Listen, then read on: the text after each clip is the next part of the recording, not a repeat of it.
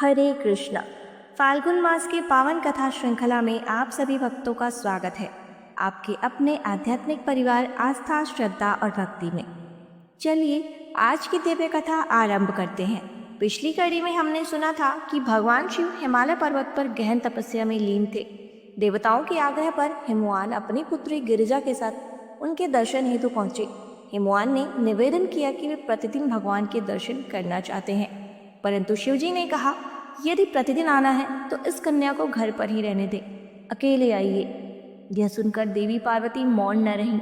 माता पार्वती ने अत्यंत गंभीर और तत्वपूर्ण वचन कहे, हे शंकर, आप जो कुछ देख रहे हैं, सुन रहे हैं, भोग रहे हैं, वह सब प्रकृति ही तो है। यदि आप प्रकृति से परे हैं तो फिर तपस्या किस लिए? क्या प्रकृति से अलग होकर भी कोई अस्तित्व संभव है?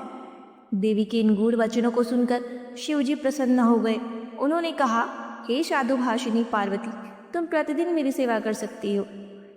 इस प्रकार समय बीतने लगा, लेकिन देवताओं के मन में चिंता उत्पन्न हुई। शिव और पार्वती का विवाह कैसे होगा? तभी उन्होंने स्मरण किया कामदेव का। कामदेव अपनी पत्नी रति और सखा वसंत के साथ उपस्थित हुए और गर्व से बोले, मेरा स्मरण मात्र तपस्वियों को विचलित कर देता है। बताइए, कौन सा कार्य सिद्ध करना है?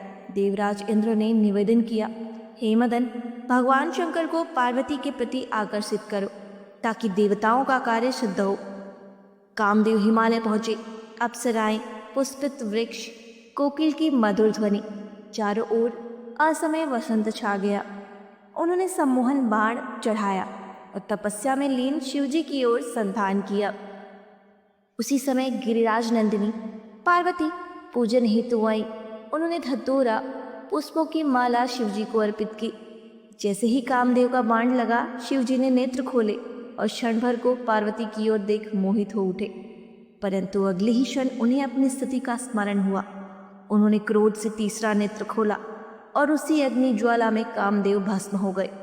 देवताओं में हाहाकार मच गया।